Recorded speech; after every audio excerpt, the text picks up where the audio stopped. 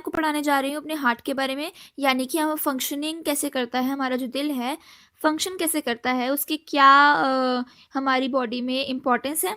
तो आज हम शुरू करेंगे हमारे हार्ट के स्ट्रक्चर से। पहले आइए इसका स्ट्रक्चर अंडरस्टैंड कर लेते हैं।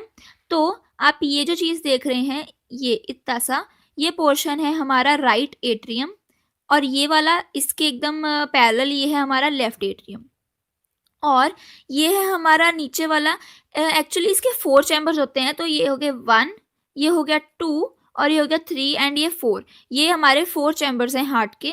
और ये हमारा जो नीचे वाला है जो वी शेप में इतना, ये है राइट वेंट्रिकल, और ये वाला जो वी शेप में है ये है लेफ्ट वेंट्रिकल। ये जो आप देख रहे हैं बीच में ये रेड कलर की ये चीज़, ये इतनी सी सिर्फ, ये है हमारी सेप्टम। इसे कहते हैं हम जो हमारे राइट वेंट्रिकल और लेफ्ट वेंट्रिकल को अलग करती है। ये सेप्टम है, इसका नाम मैं लिख देती हूँ यहाँ पे SEPTUM। ये सेप्टम है, ये दीवार है जो कि हमारे राइट वेंट्रिकल और लेफ्ट वेंट्रिकल को सेपरेट करती है।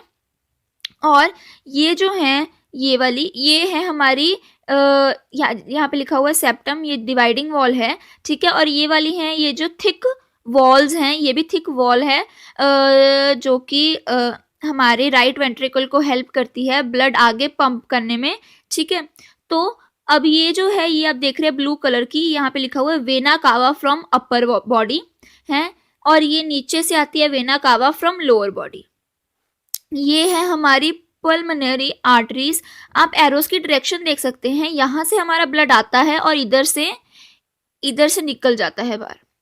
अब ये है एओर्टा और ये है पल्मोनरी वेन्स। यहाँ से ब्लड आएगा और ये एओर्टा में चला जाएगा, यानी कि एओर्टा से बाकी सारी बॉडी को। अब हम देखते हैं कि ये फंक्शन कैसे करता है, भी कहाँ से ब्लड आता है, कहाँ को जाता है।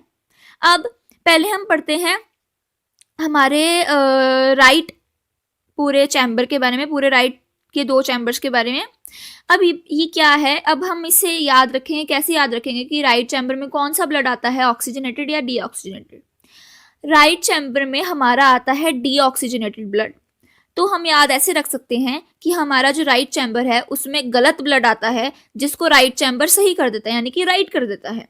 तो गलत ब्लड यानी कि डीऑक्सीजनेटेड, जो कि हमारी बॉडी के लिए अच्छा नहीं है। और दूसरे चैम्बर में हमारा आएगा ऑक्सीजनेटेड। तो अब जो भी डीऑक्सीजनेटेड ब्लड है वो वेना कावा की तरफ, अपर बॉडी से वेना कावा से आएगा, लोअर बॉडी से ये वाली लोअर वेना कावा से आएगा, इधर से अपर वेना कावा से आएगा, ठीक है। यहाँ से आके ये पहले राइट एट्रियम में ब्लड इकट्ठा हो जाता है। इकट्ठा नहीं होता है, एक तरह से वो फ्लो ही कर रहा होता है इधर से करके। अब फ्लो, जैसे कि एरो की डायरेक्शन देख सकते हैं, फ्लो करके हमारे राइट वेंट्रिकल में आएगा। ये आप 2 चीज़ें देख रहे हैं, ये चीज़ें, ये है हमारे ये वॉल्स, ये वाली वॉल नहीं है, ये है VALVES वाले वॉल्स।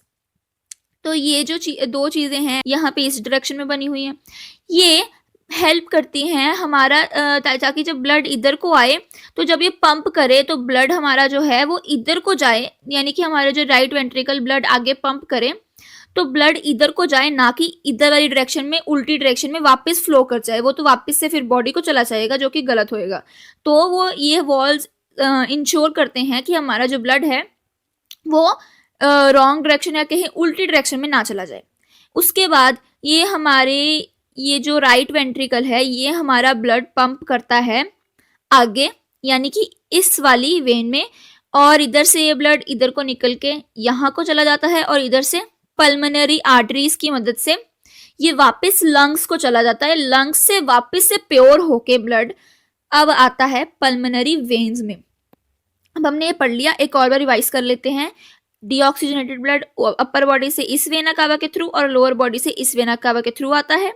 यहाँ से अब वो, यानी कि राइट एट्रियम से अब वो नीचे जाता है राइट वेंट्रिकल में, ठीक है। तो राइट वेंट्रिकल से अब वो आगे जाएगा हमारी पल्मोनरी आर्टरीज की मदद से बाकी सारे हमारे लंग्स में ऑक्सीजनेट होने, इधर से भी जाता है, ठीक है, ऑक्सीजनेट होने यानी कि सही होने। तो ये सही होने भेजता है ब्लड को, ठीक है।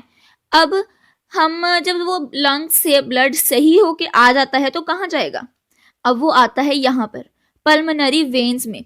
पल्मोनरी वेन्स के थ्रू वो आ जाता है हमारे लेफ्ट एट्रियम में। यानी कि यहाँ पर, और ये जाके आगे से अब लेफ्ट वेंट्रिकल में जाता है। ये जब ब्लड आगे नीचे जाएगा लेफ्ट वेंट्रिकल में आ जाएगा, लेफ्ट वेंट्रिकल से वो ऊपर जाएगा एओर्टा के थ्रू बाकी बॉडी पार्ट्स को। ये जो एओर्टा है ये सबसे बड़ी वो है हमारी वेन है सबसे बड़ी, जो अब आगे ब्लड बाकी सारे पार्ट्स को भेजेगी ताकि उसकी कंजप्शन हो जाए, यानी कि एनर्जी प्रोड्यूस करे। तो वापस से हम एक बार रिवाइज करेंगे। ये हमारी ब्लड जो है पल्मोनरी आर्टरीज से लंग्स से आता है ऑक्सीजनेट होके, यानी कि इसमें ऑक्सीजनेटेड ब्लड फ्लो करता है। ऑक्सीजनेट होके हमारी पल्मोनरी वेन्स की मदद से इधर आएगा लेफ्ट एट्रियम में, लेफ्ट एट्रियम से लेफ्ट वेंट्रिकल में, और लेफ्ट वेंट्रिकल से एओर्टा, एओर्टा से सारे बॉडी पार्ट्स को, बॉडी ऑर्गन्स को। ठीक है, तो अब हमें कैसे याद रखना है कि आर्टरीज और वेन्स में डिफरेंस। याद रखिए जो आर्टरीज हैं वो ब्लड अवे, ए से आर्टरीज, ए से अवे, ब्लड अवे लेके जाती हैं हार्ट से।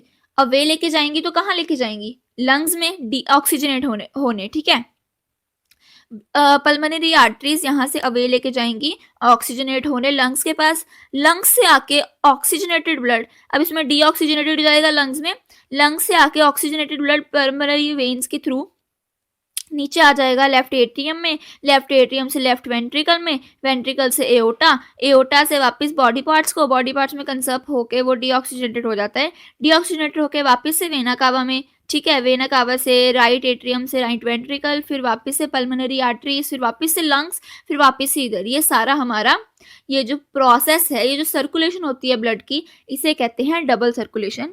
जैसे कि ये हमारी बुक में भी लिखा हुआ है ये चीज़, ये देखिए ये सारा, ये हमारा हो गया सारा डबल सर्कुलेशन।